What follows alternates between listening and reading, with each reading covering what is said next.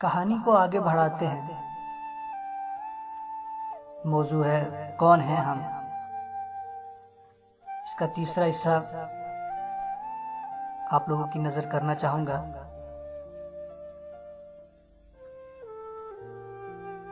کہتے ہیں کہ قبیلہ کیٹوال کے آباء و اجداد کو اپنے خالص خون پہ بڑا ناز تھا۔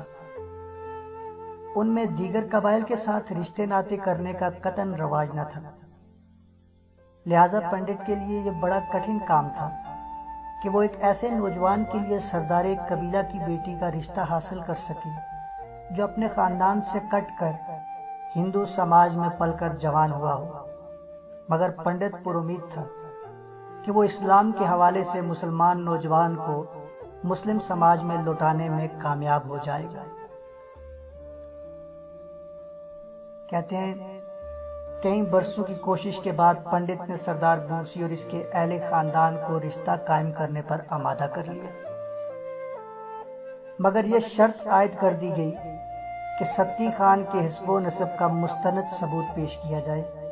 اس مقصد کے لیے طے ہوا کہ سردار بورسی کا ایک آدمی پنڈت کے ہمراہ دہلی یا کشمیر جائے اور ستی خان کے والد عالم خان کے خاندانی حالات معلوم کر سکے۔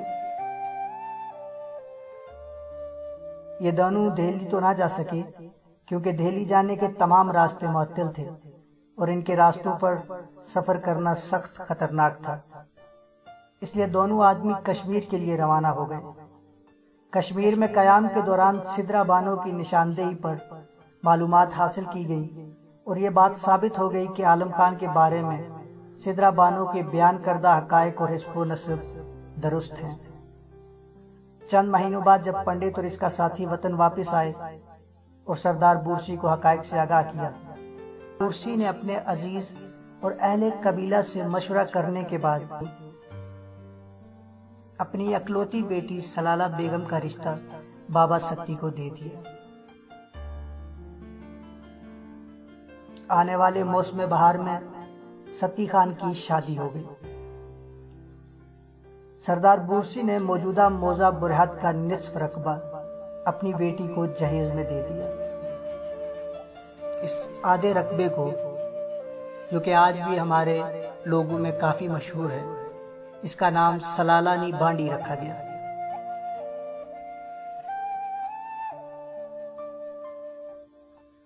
کہتے ہیں شادی کے فوراً بعد ستی خان اپنی بیوی اور ماں کے ساتھ غیر مسلم بستی سے مسلم بستی میں منتقل ہو گئے۔ بابا ستی کے اولین مکان کے بارے میں ایک دوسری روایت بھی ہے جو خاصی طویل اور مبالغہ آمیز ہے، مگر معمر ترین لوگوں میں بڑی مقبول ہے۔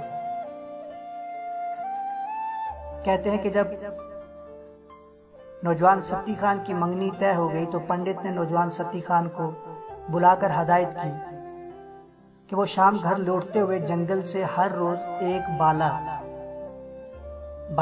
لکڑی کے شاتیر کو کہتے ہیں، جو عموماً گاؤں کے کچے گھروں میں استعمال کیا جاتا ہے۔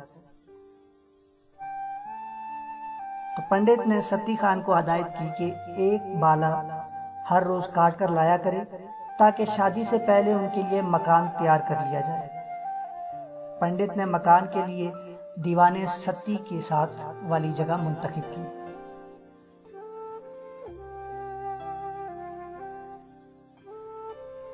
قصہ خوان کہتے ہیں کہ پنڈت کی تجویز کردہ جگہ پر ستی خان کا مکان تعمیر ہو گیا، مگر سردار بورسی اور اس کے اہل خاندان نے فیصلہ کر لیا کہ ان کی بیٹی برہمنوں کی بستی میں نہیں جائے گی، اسی لیے آدھا گاؤں سلالہ بیگم کو جہیز میں دینے کا فیصلہ ہوا اور اس جہیز میں دیے جانے والے رقبے پر اہل خاندان نے مل کر سلالہ بیگم کے لیے مکان تعمیر کیا۔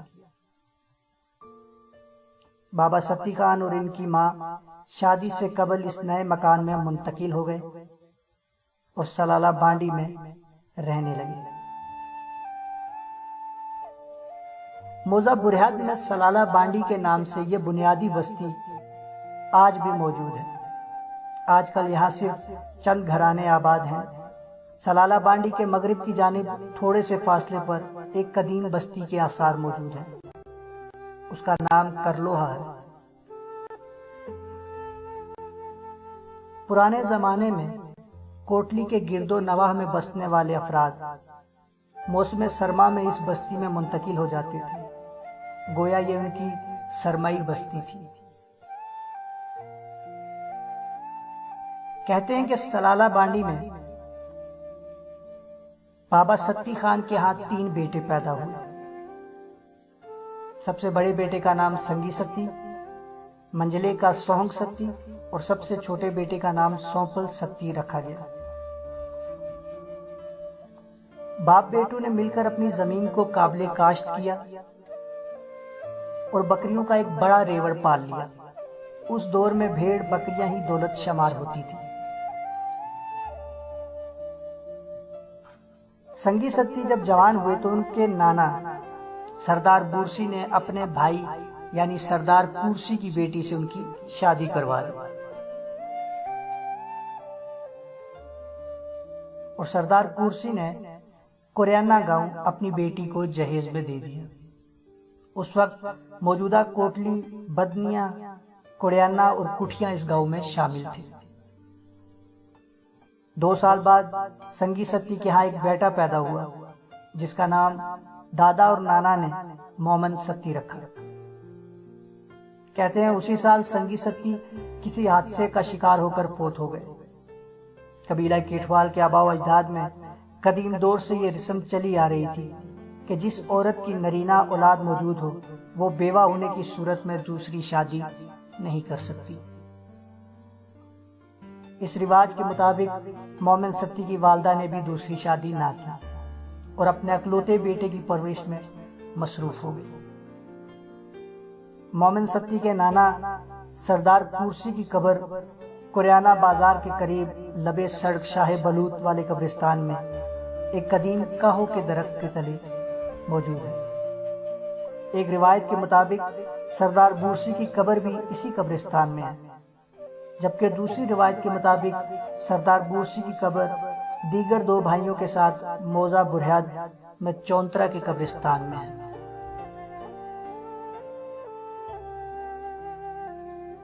کہتے ہیں مومن ستی کی عمر بمشکل 2 سال ہوئی تھی کہ ایک دن اچانک اطلاع ملی کہ دلی سے کشمیر جانے والا ایک قافلہ مکدوش کے مقام پر شب بسری کے لیے خیمہ زن ہوا ہے۔ اطلاع سنتے ہی حضرت ستی اور ان کی والدہ فوراً مکدوش پہنچے اور اہل قافلہ سے دہلی کے حالات تفصیلاً معلوم کیے۔ اس قافلے میں عالم خان سے واقف تو کوئی شخص نہ مل سکا، تاہم قافلے والوں کے امن و امان کے سلسلے میں بیانات کافی حوصلہ افزا تھے۔ ماں اور بیٹے نے امیر قافلہ سے واپسی کا پروگرام دریافت کیا اور واپس بستی چلے گئے۔ ماں اور بیٹا خوش تھے کہ برسوں بعد اہل وطن سے ملاقات ہوئی، وطن کے حالات معلوم ہوئے اور مستقبل قریب میں وطن جانے کے امکانات پیدا ہوئے ہیں۔ اگلے روز سدرا بانو نے اپنے گھر کے دیگر افراد سے آئندہ چند مہینوں میں دہلی جانے کا تذکرہ کیا تو یہ خبر جنگل کی آگ کی طرح نواحی بستیوں میں پھیل گئی۔ سردار بورسی اس وقت انتہائی ضعیف تھے۔ جب انہیں ستی گھرانے کے دہلی چلے جانے کی خبر سنائی گئی تو بیٹی کو طلب کیا اور اسے دہلی جانے سے روک دیا۔ جب سلالہ بیگم کی روانگی میں رکاوٹ پیدا ہوئی تو اہل خانہ کو مجبوراً یہ فیصلہ کرنا پڑا کہ سلالہ بیگم، ان کا چھوٹا بیٹا سونپل ستی اور پوتا مومن ستی، جن کی ماں سردار پورسی کی بیٹی تھی، یہ لوگ سردار بورسی کے پاس رہ جائیں گے، جبکہ حضرت ستی، ان کا منجلا بیٹا سونگ ستی اور والدہ سدرا بانو کشمیر سے دہلی واپس لوٹنے والے قافلے کے ساتھ دہلی جائیں گے۔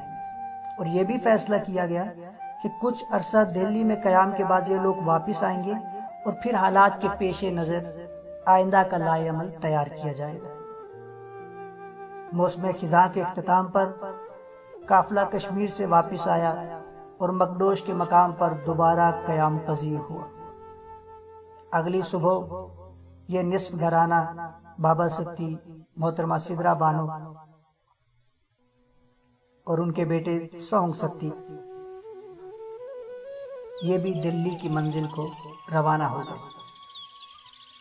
دہلی میں اس خاندان پر کیا بیتی اس بارے میں کوئی مستند معلومات حاصل نہیں۔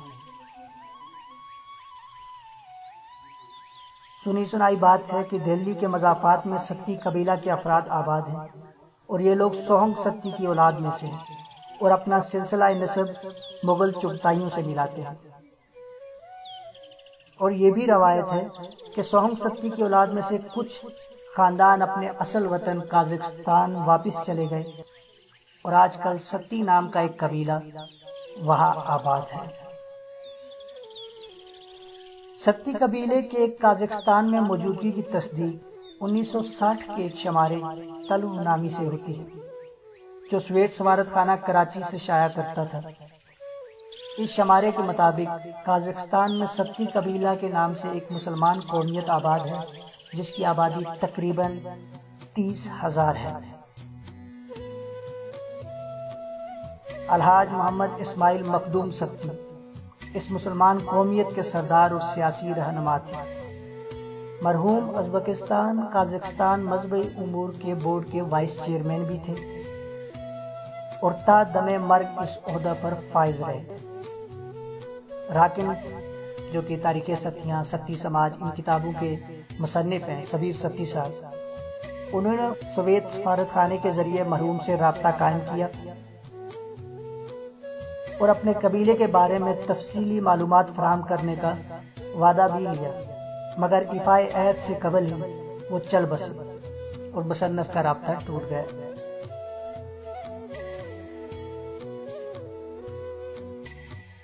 اس کے بعد دوبارہ کبھی رابطہ نہ ہو سکا۔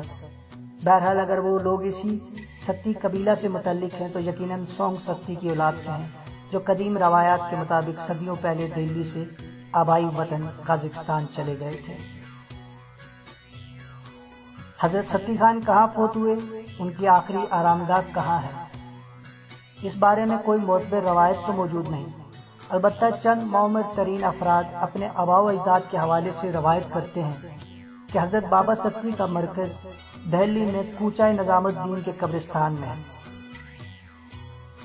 اور ایک دوسری روایت کے مطابق متھرا شہر کے قریب دریا کے کنارے ایک پرانے گورکستان میں حضرت بابا ستی کی قبر ہے۔ یہ پختہ قبر ہے اور زیارت گاہ خاص عام ہے۔ انہی چند راویوں میں سے آل سونگ کے بارے میں کہتے ہیں کچھ کہ مغلوں کے دور میں لال قلعہ دہلی کی چابیاں اس خاندان کے پاس رہتی تھیں، اور مغل شہنشاہوں کے محلات میں محافظ بھی اسی خاندان سے لیے جاتے تھے۔